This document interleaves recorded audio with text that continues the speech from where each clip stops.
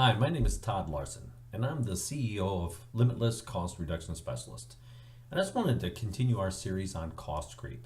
It's one of the big concerns we have when we start looking at our GL items and we start looking at our financials and we see that somehow our expenses are out of line from what our budgets are or what our expectations are. And a lot of this happens in cost creep. Now, let's keep this video simple and short, but let's give you 5 things or ways to avoid cost creep. Okay, so I have a list here I'm going to kind of reference and make sure that we can discuss it a little bit. Number 1, standardizing items and formularies to control preference ordering. Right, so when you're looking at what you want to bring into your organization, it is a best practice to ensure that everybody in the organization knows what they should be procuring and why they should be procuring it in that manner, because that will make sense to them and they will naturally bond towards the formulary for procuring in the future. So it's a great way to avoid cost creep. Taking advantage of bulk buying, right, as much as possible, no matter where it is. If you're looking for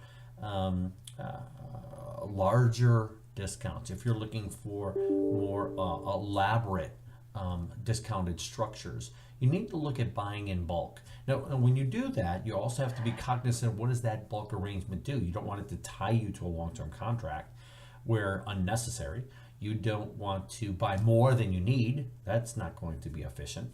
And you want to look at multiple suppliers that will give you bulk buy in smaller quantities or stagger a long-term purchase commitment with short-term buying bulks. A lot of different ways to go about that. Monitoring the use of items. So not just looking at the costs.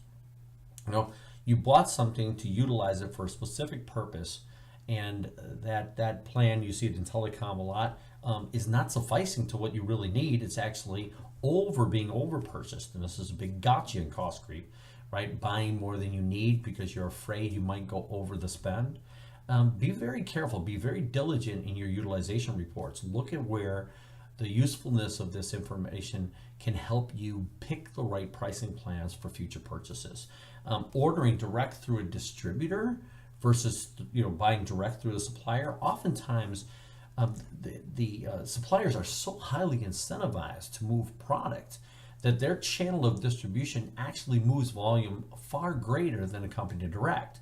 We, of course, always feel like we want to have the single throat to choke, but it doesn't mean that there isn't a throat to choke in a supply chain model that could be very invaluable to your total pricing scheme, and potentially more flexible to the pricing arrangements and terms that you can get for delivery of service. And then also always bidding, right? And when you look at your spend categories, you want to look at, one, of course, 2 and 3 year bids, but sometimes 5-year bids may make sense. You may not procure till 5-year, but allows you to understand what that model discount is. And it really depends on if it's a cost of goods item, right? Or if it's, it's a expense line item, right? Cost of goods may make sense because it's a long-term business a fulfillment model. When it comes to your expense line items, it may be make more sense to shorten the time frames, but still, look at bidding any of your large spend categories. The other thing with bidding is you might want to look at bidding a multi-supply house or utilizing a vendor management company that can help you look for benchmark analysis within each one of those categories so that you can procure the best spend both locally, regionally, and nationally, and in some cases globally. This is my top 5: standardizing items and formularies, taking advantage of bulk buying, monitoring the use of items, ordering through a distributor, and bidding wherever possible your large spend categories.